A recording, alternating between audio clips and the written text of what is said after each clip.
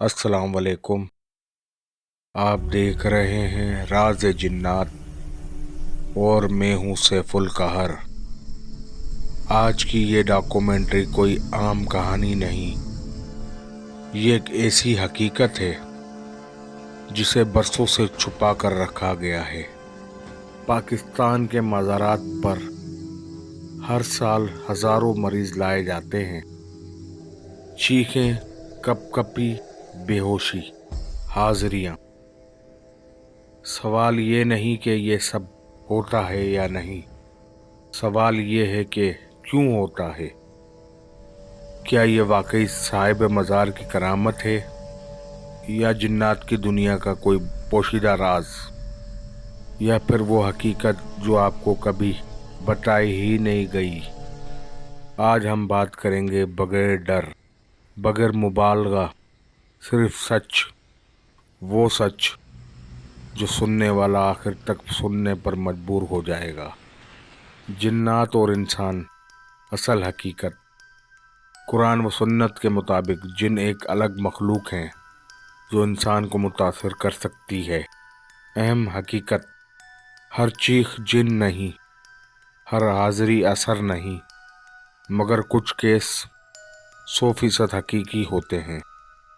जिन कुरान से जलता है, जिक्र से कमज़ोर होता है, मुस्तकिल इंसान में नहीं रह सकता।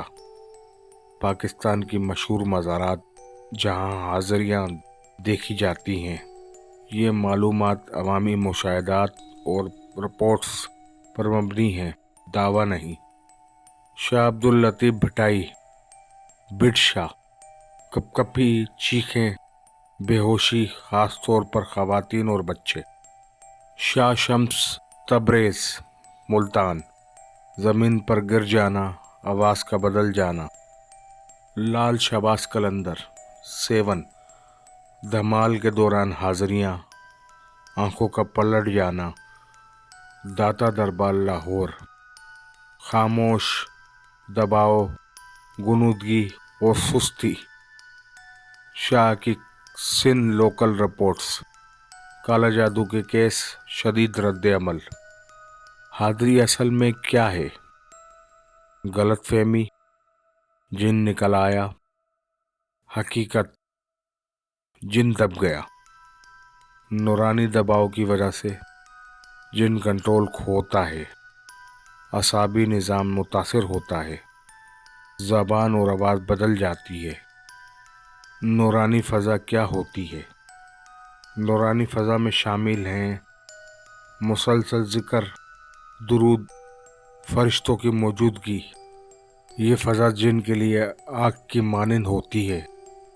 मोक्लिन की हकीकत, फ़रिश्ते, निस्बत और गलत फहमियाँ। यहाँ एक निहायत अहम और हसास हकीकत समझाना ज़रूरी है। अक्सर लोग कहते हैं इस मज़ार के मुक्किल हैं, साहिब मज़ार के मुक्किल काम करते हैं। हकीकत यह है, मोक्लिन अगर होते हैं तो फरिश्ते हैं, जिन नहीं। फरिश्ते सिर्फ अल्लाह के हुक्म के पाबंद होते हैं। कोई ज़िंदा या फौत शुदा इंसान फरिश्तों के हुक्म नहीं दे सकता। कुरान हमें ये सिखाता है कि शफा, नफ़ा, नुकसान सब अल्लाह के इख्तियार में है।